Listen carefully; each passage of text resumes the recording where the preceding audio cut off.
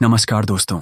आज हम उस खबर की तह तक जाएंगे जिसने देश के कोने कोने में बैठे लाखों पेंशन धारकों के दिलों में उम्मीद की एक नई किरण जगा दी है।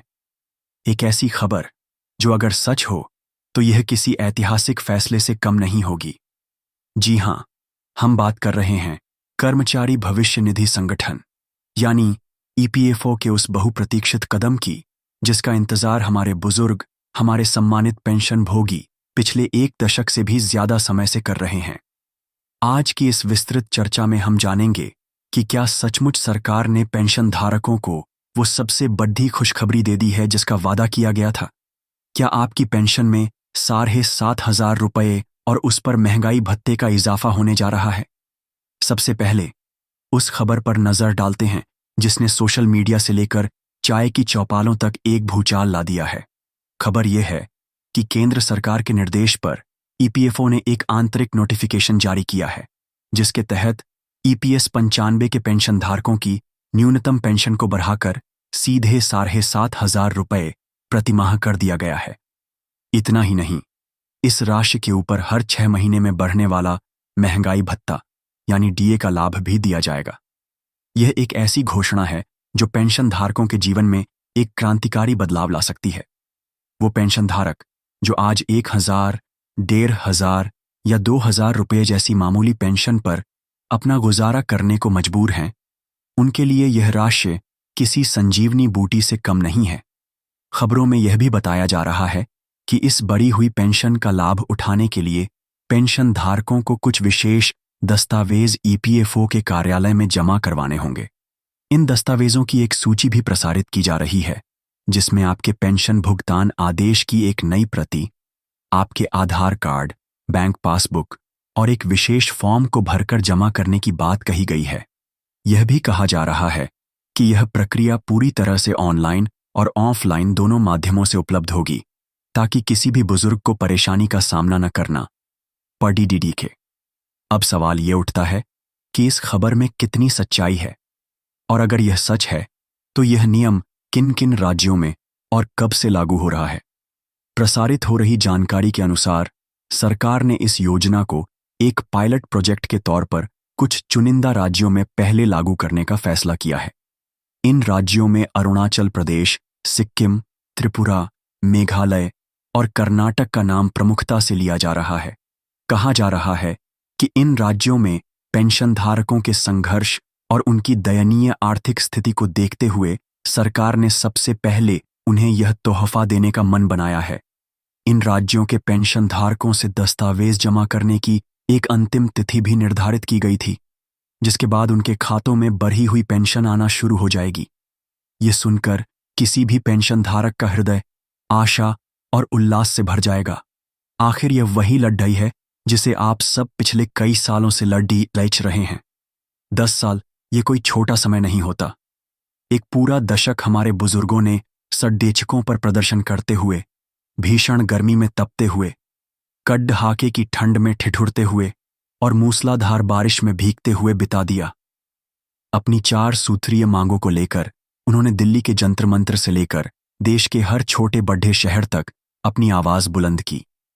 ये 4 सूत्रीय मांगें उनकी कोई अनुचित इच्छा नहीं बल्कि उनका हक है। पहली मांग न्यूनतम पेंशन को बढ़ाकर 7,500 रुपये प्लस महंगाई भत्ता किया जाए। दूसरी मांग सभी ईपीएस 95 पेंशन धारकों और उनके जीवन साथी को मुफ्त और चिकित्सा सुविधाएं प्रदान की जाए। तीसरी मांग जो पेंशन भोगी किसी तकनीकी कारण से इस योजना से बाहर हो गए हैं उन्हें वापस इसमें शामिल किया जाए। और चौथी मांग पेंशन की गणना कर्मचारी के अंतिम वेतन के आधार पर की जाए, न कि किसी ऊपरी सीमा पर। इन मांगों को लेकर देश भर में लाखों पेंशन धारकों ने आंदोलन किए, प्रदर्शन किए, भूख हड़तालें की। हर बार उन्हें सरकार की ओर से सिर्फ एक ही चीज मिली, आश्वासन। एक ऐसा मीठा आश्वासन जो कुछ समय के लिए उनके गुस्से को शांत तो कर देता था लेकिन उनकी खाली जेबों को भर नहीं पाता था।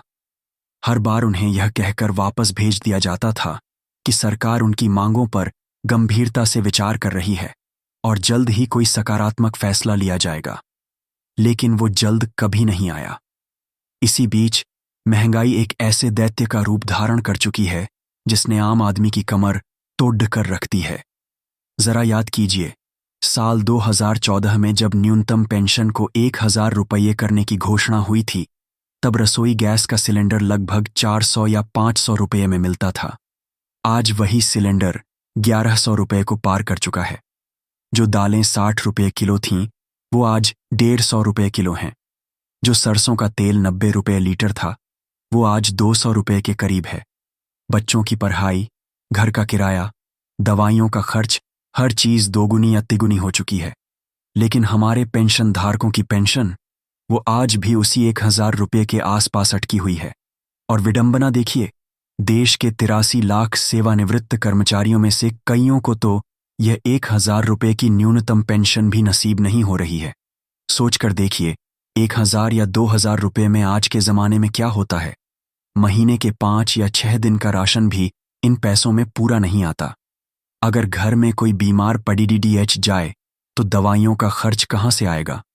क्या हमारे उन बुजुर्गों ने अपनी पूरी जवानी देश के निर्माण में, फैक्ट्रियों में, कंपनियों में इसीलिए लगा दी थी कि बुढ़ापे में उन्हें 2 वक्त की रोटी और सम्मानजनक जीवन के लिए भी तरसना पड़ दे।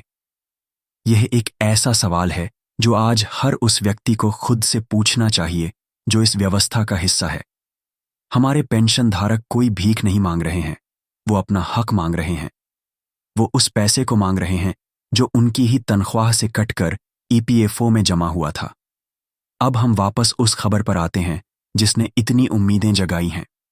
अरुणाचल प्रदेश, सिक्किम, त्रिपुरा, मेघालय और कर्नाटक में पेंशन बढ़ने की खबर, दस्तावेज जमा करने की तारीख की खबर, 7,500 रुपये और महंगाई भत्ते की खबर। दर्शकों, बड्डे ही भारी मन से और पूरी जिम्मेदारी के साथ हमारा यह कर्तव्य है कि हम आपको सच बताएं। यह जानकारी जो आपको YouTube चैनलों और WhatsApp ग्रुपों के माध्यम से मिल रही है, वह पूरी तरह से भ्रामक और फेक है। जी हां, आपने सही सुना, यह एक झूठी खबर है। सरकार ने या EPFO ने ऐसा कोई भी नोटिफिकेशन जारी नहीं किया है जिसमें किसी भी राज्य के लिए पेंशन को 7,500 रुपये करने की बात कही गई हो। यह एक कड़ीडीडीएचवा सच है, एक दर्दनाक हकीकत है।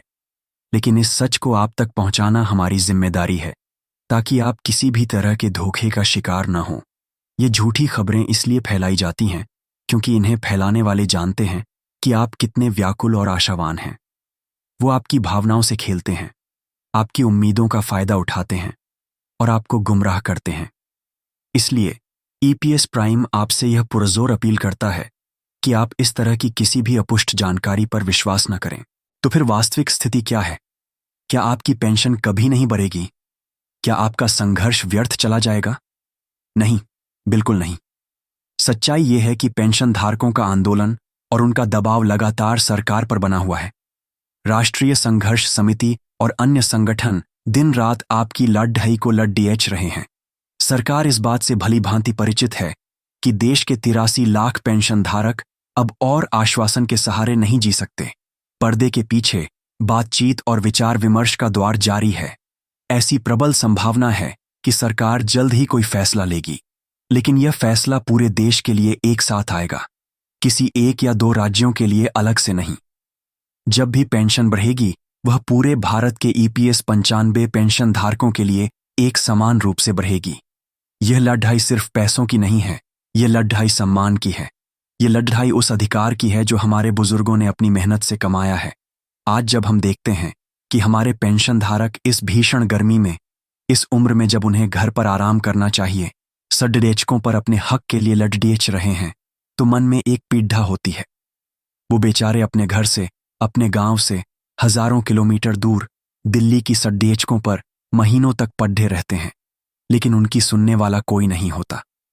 मीडिया के बड्ढे बड्ढे चैनल उनकी इस पीड़ा को दिखाने की बजाय गैर जरूरी मुद्दों पर बहस करते रहते हैं। लेकिन हम EPS प्राइम पर यह प्रण लेते हैं कि हम आपकी आवाज बनेंगे। हम आपकी इस लड़ाई को देश के हर नागरिक तक और सरकार के उच्चतम स्तर तक पहुंचाने का हर संभव प्रयास करेंगे। हम आपको झूठी उम्मीदें नहीं देंगे, बल्कि आपको सही और सटीक जानकारी देंगे ताकि आप जागरूक रहें और सही दिशा में अपना संघर्ष जारी रख सकें। आप सभी पेंशन धारकों से हमारी एक ही विनती है, निराश ना हो, अपनी एकता को बनाए रखें। ये लड़ाई लंबी जरूर है, लेकिन नामुमकिन नहीं है। जब 83 लाख लोग एक साथ मिलकर एक स्वर में अपनी आवाज उठाते हैं, तो बड्ढे से बड्ढे सिंहासन भी हिल जाते हैं। आप सब हमारे साथ बने रहिए, अपना विश्वास और आशीर्वाद हम पर बनाए रखिए। हम सब मिलकर यह सुनिश्चित करेंगे कि आपकी आवाज अनसुनी न रह जाए। सरकार को यह समझना होगा कि यह पेंशन धारक देश पर कोई बोझ नहीं है, बल्कि यह देश की धरोहर है।